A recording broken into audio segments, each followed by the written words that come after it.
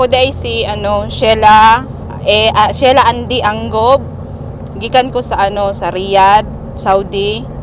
Tapos naka-abel ko sa libreng sakay ni Sir Allen, pahatod ko og Binaton, Ligo City. Salamat kaayo ko kay Sir Allen kay kuan kanang gilibre mi niyag kaon, libre niyag sakay, tapos gitagaan pa mi niyag mga kuan, tagaan ko niyag school supply. Basta daghan ka siya gihatag. Kanang wala jud ko nagdahom nga maka-abel ko ani kay on the spot baya nga ako ang pagkuan no. On the spot ako ang pag-chat sa iya nga magpasundo ko. Nya ako masulti kay Sir Allen nga kanang tagaan pa siya og taas nga kinabuhi og maayong panglawas ug more aplikante pa ug gabayan siya sa Ginoo kanunay sa iyahang mga lakaw, lalo na pud ang iyahang mga staff ug ang iyahang tibuok pamilya.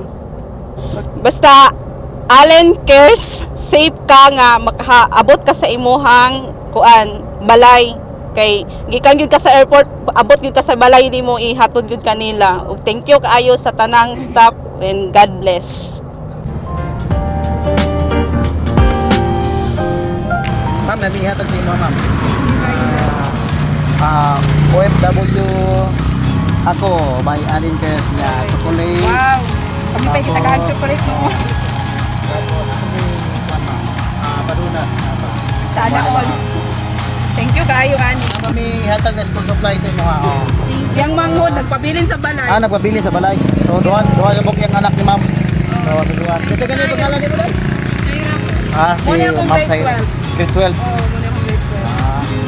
Thank you Salamat kay kaayo. ma'am. Ma'am, ang sa ikasulti nimo sa servisyon ni Sir Allen, ma'am. Kwan, dako gyud kay ko pasalamat sa Ginoo kay nakaabot ko diri nga safe gikan sa sa airport sa Davao. Tapos salamat kaayo sa mga giveaways nga gihatag niya. O safe nga pag sa libre nga kaon, libre nga kuan. Salamat kaayo. Salamat po sa inyo hatanan. Mga staff niya. Tagaan pa mugmayong panglawas o kuan kanang safety nga biyahe. Thank you.